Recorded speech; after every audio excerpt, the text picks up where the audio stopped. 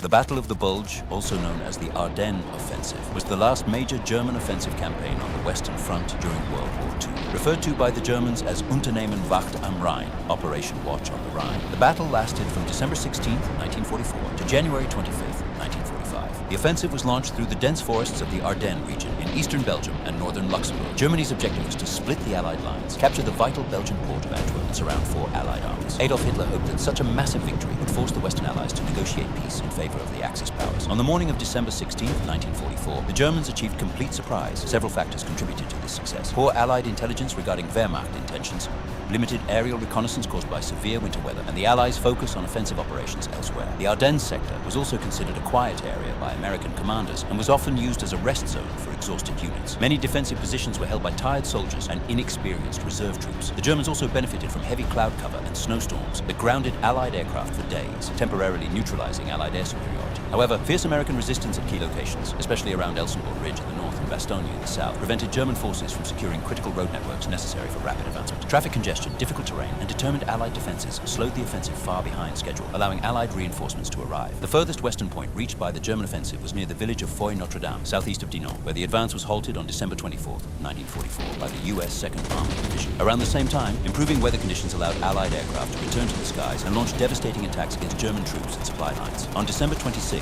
General George S. Patton's U.S. 3rd Army broke through from the south and relieved the besieged town of Bastogne. By December 27th, the German offensive had effectively failed. The trapped forces of the German 2nd Panzer Division attempted desperate breakout operations with only limited success. Although fighting continued for another month, the front line was eventually pushed back close to its original position before the attack. Germany committed more than 410,000 soldiers, over 1,400 tanks and armored vehicles, 2,600 artillery guns, and more than 1,000 combat aircraft to the offensive. German casualties were catastrophic, with estimates ranging from 63,000 to over 100,000 killed, wounded, missing, or captured.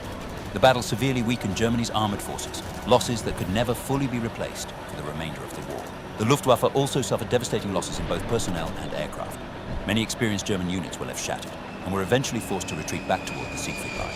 Allied forces eventually numbered over 700,000 troops and suffered between 77,000 and 83,000 casualties, including at least 8,600 killed.